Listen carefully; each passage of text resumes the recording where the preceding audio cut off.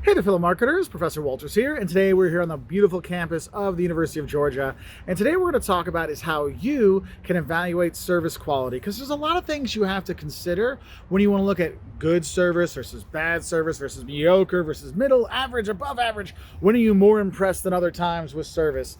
And so we're going to kind of go through just some different criteria you might want to look at in order to evaluate service quality, okay? And the first thing you want to look at is the reliability of the service. Now, reliability of the service doesn't necessarily mean it's always good. Reliability is looking at is it consistent? Do they deliver the same type of service over and over again? Can you rely on them to give you a really good meal every single time you go there? Can you rely on them to have really good service at the front desk and stuff like that?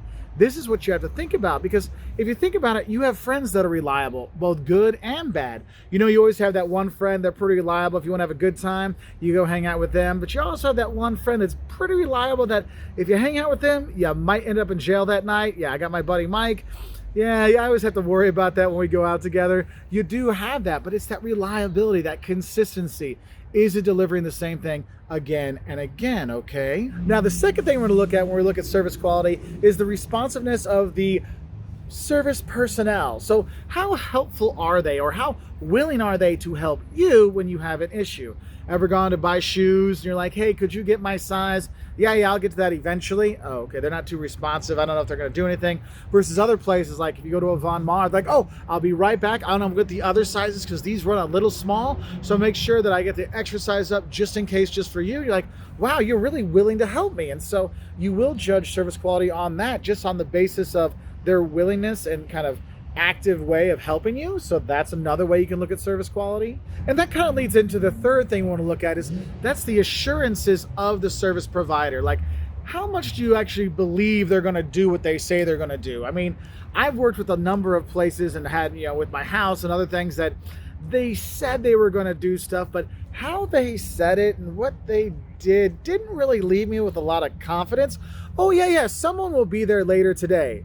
Someone will be there later today. No.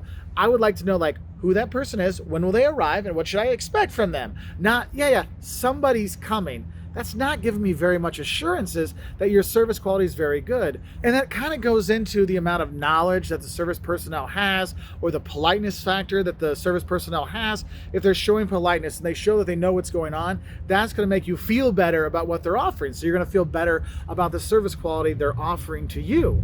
And this goes into the next thing, and I like to look at it in terms of empathy towards the client, or empathy of the service personnel. Do they feel your pain when something's gone wrong? Do they feel your joy when things are going right? I know in all of our travels, we've had it a lot of times where our luggage have gotten lost, and we've seen the people at the left or lost luggage, area at the airport, and some of them are super empathetic. Oh, I'm so sorry your luggage got lost. We're gonna help you out. We're gonna figure out what it is.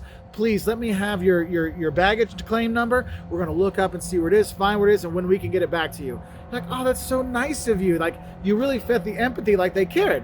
But there's been other times, I remember we were in Chicago once and the lost luggage, the lady in front of us, they lost her wedding dress.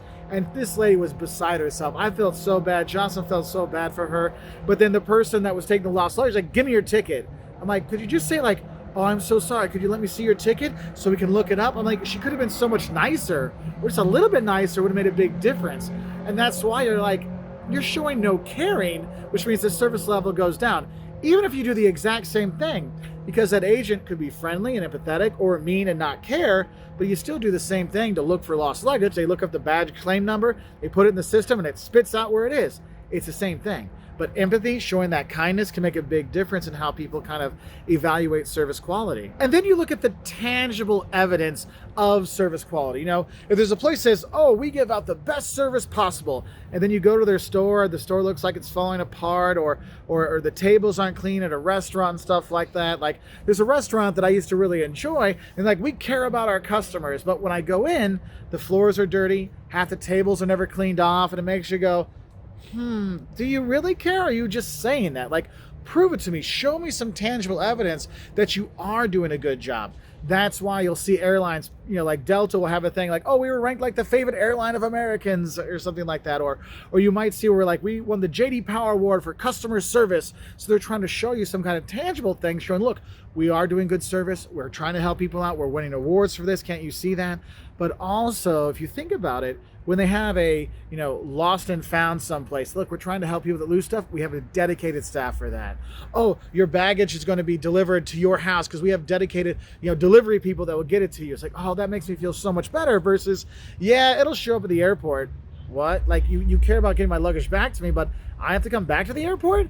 That's not really helpful. And so you kind of think about all these things combined, help people determine what level of service quality they're actually receiving, because some of them will have more influence than others, and so you have to think about that, and that can be on a client by client basis. And that's why when you want to have good service quality, one of the things you have to think about is definitely using the training of your employees, using all the technology that's out there, automation out there, things like that, to help give kind of that consistent same service level so people can rely on it. And it doesn't hurt to be a little bit nice too. So I hope this helps you know a little bit about how you can evaluate service quality. If you want to learn more, we've got plenty more marketing videos out there.